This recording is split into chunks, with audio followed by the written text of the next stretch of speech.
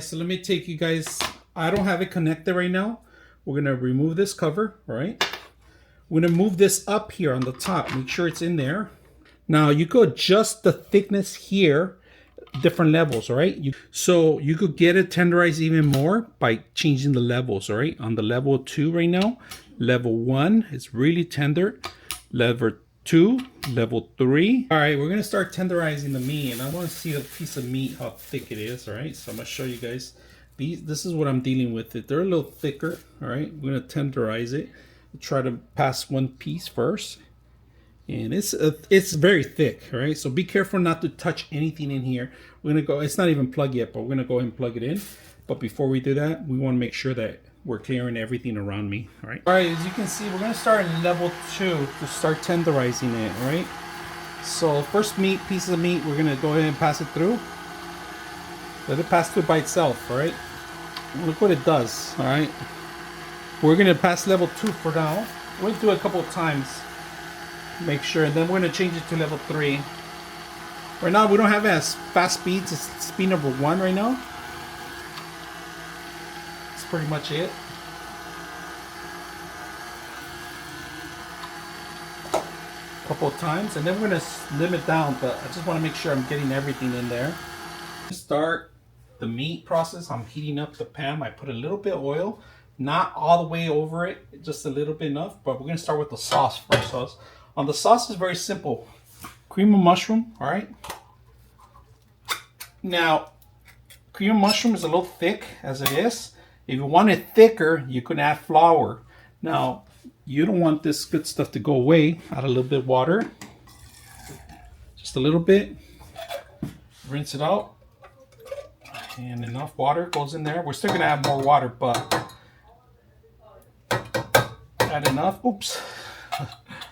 We'll clean the mess after. Now, you could do sour cream or whipping cream, all right? I would do like maybe half of a cup, all right? Get that little flavor going.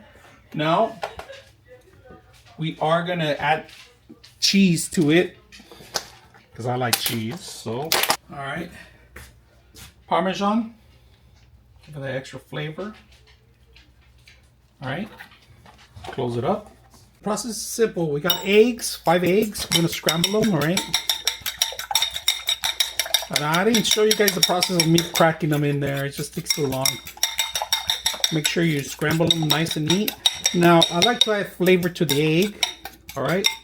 So we're gonna add a little bit of salt, pepper, and my recipe, which is we're gonna add oyster sauce, just a little bit. That's good. Give it a good flavor at the end, and then soy sauce. I like soy sauce. I love soy sauce. I use soy sauce on everything. Then mix it around on the egg.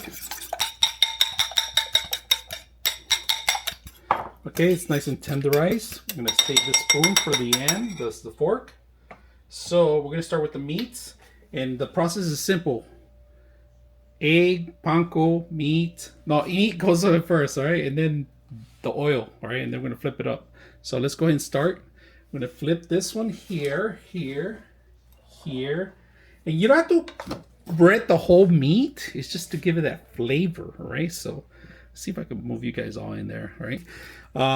If it was like Southern or somewhere in like Louisiana kind of style, I would do buttermilk on there, right? But this is more a little bit more or less traditional than other places. So panko one side, doesn't have to be the whole thing, just enough flavor to go around, and that's it.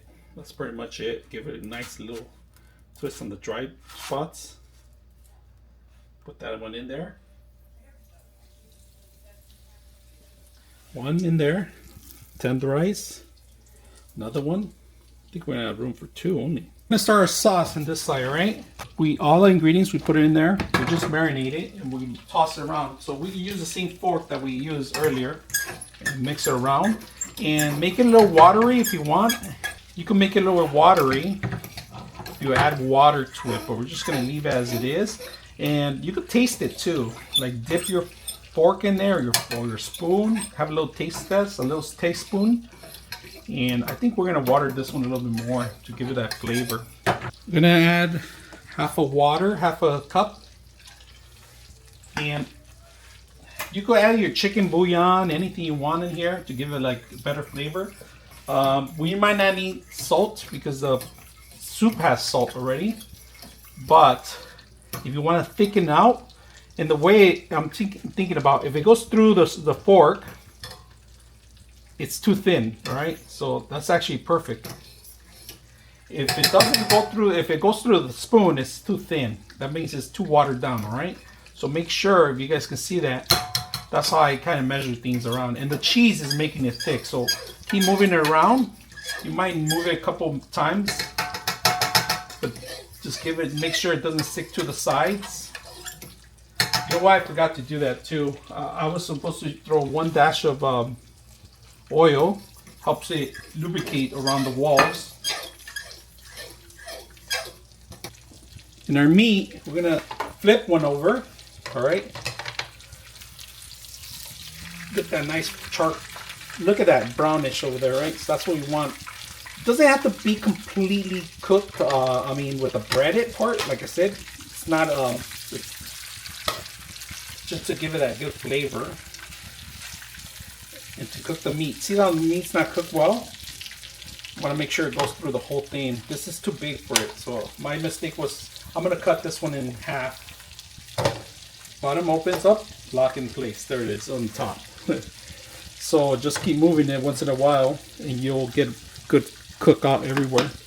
And keep your sauce from preventing it to stick in the walls. So keep simmering this down, even lower it down to the lowest you can, because the meat's gonna be probably cooked faster than this.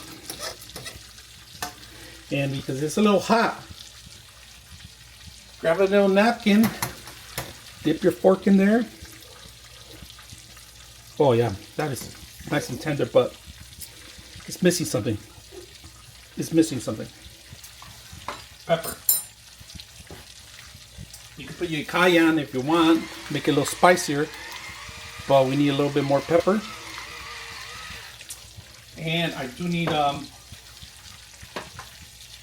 onion powder and garlic powder a little bit.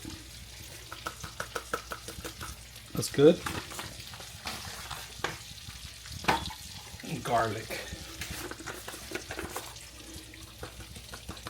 It's good. Not too much.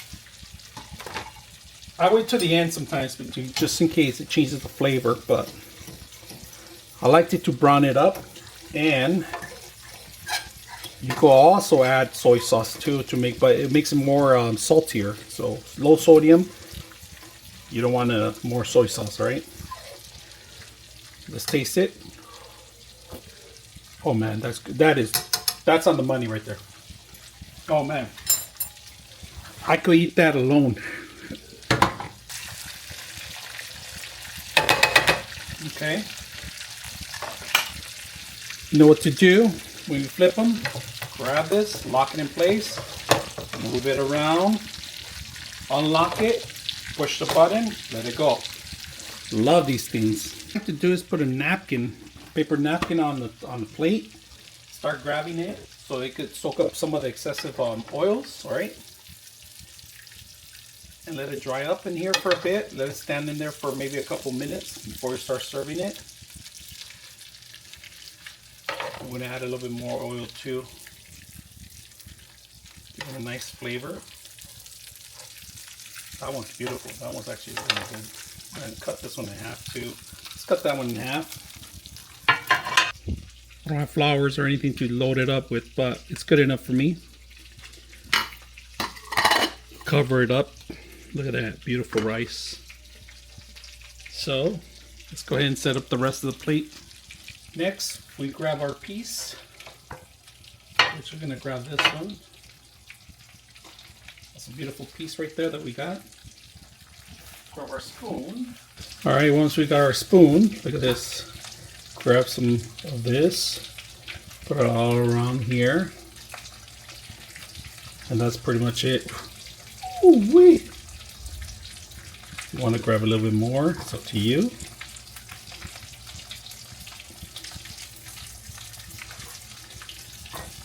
Look at that, beautiful. Isn't that beautiful?